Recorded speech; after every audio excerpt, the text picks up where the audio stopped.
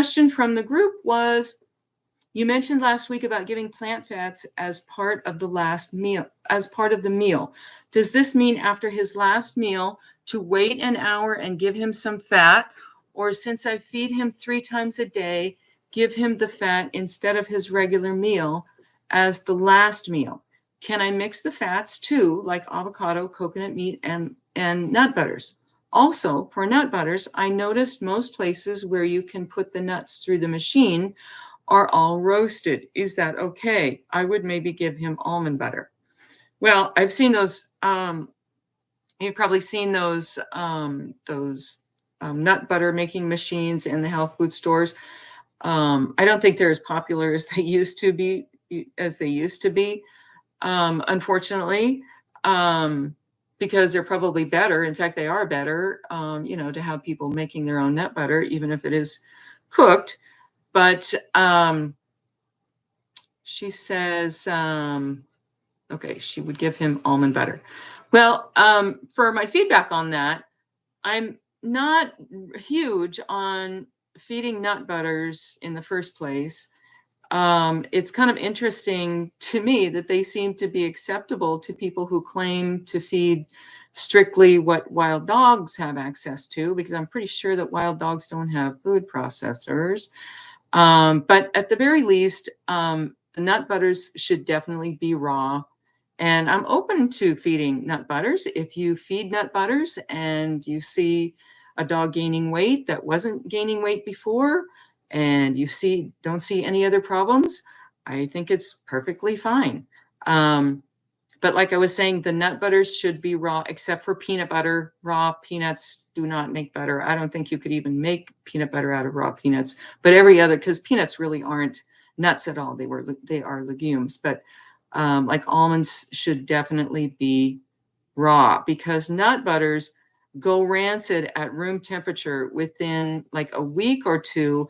And typically what you find in stores is probably months old.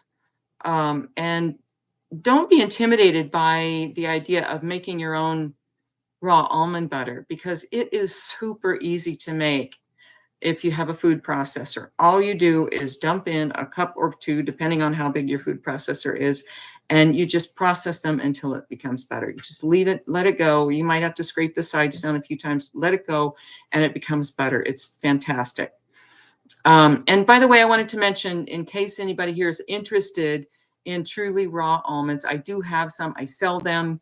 I buy them from a farmer every year. I don't do it as a business or anything, but I buy some for my own personal use, and I buy extra for some of the people around here in my local area who like raw almonds, because I don't know if you're aware, but about 15 years ago, the almond industry decided that all almonds destined for the commercial market would be pasteurized. And they do this using either chemicals or steam. So, I buy almonds directly from the farmer, and I know that they are truly raw.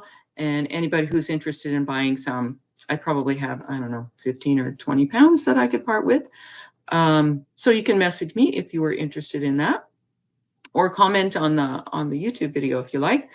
But to get back to the question, because fats are already pretty hard to digest, and also since wild dogs don't have a lot of access to them, there's really no historical precedent for mixing them together. So I wouldn't mix them together.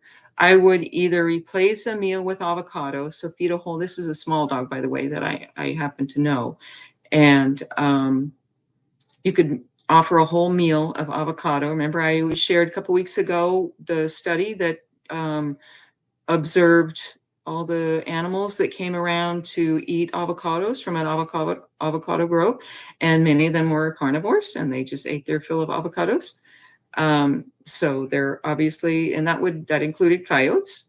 So anyway, avocados are definitely fair game. Or, if you can replace the whole meal with avocados, or just a mono meal, or give an afternoon snack of fresh coconut or nut butter as the last meal of the day.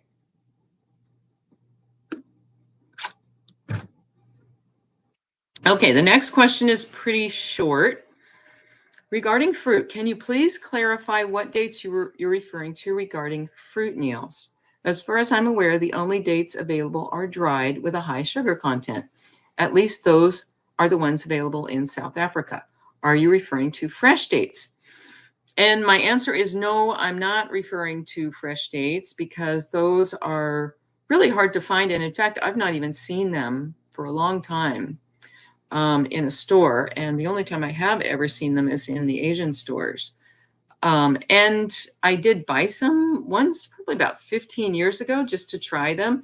And they're not very good and they're pretty dense. Um, so I would not feed them to a dog at all anyway, even if you could get fresh ones, unless the ones that I tried were not representative of what they really are usually. I don't know. But when I talk about dates, I'm referring to the brown shriveled ones that can be found in any grocery store. And it's probably the same thing that you are looking at down in South Africa. Some of the varieties are the medules, and kadrawis are the ones that I usually buy, but there's a million different varieties. The moister, the better. You just want to look for the moisture ones. But here's the thing, they do have a very high sugar content. And for that reason, I'm not a huge fan of dates. It's not that there's anything wrong with fruit sugar. Fruit sugar is extremely healthy. But I just don't like, I don't find much that favors feeding a food that has been deliberately left on the tree until it's shriveled. And that's what they do with dates. That's what date farmers do. They just leave them on the tree until they're completely shriveled up and the sugars are super concentrated. And that's really no different from taking a fresh fruit and putting it in your dehydrator until it shrivels up. And I don't really like feeding dehydrated foods to dogs. The water that's in food is important for humans and for dogs. So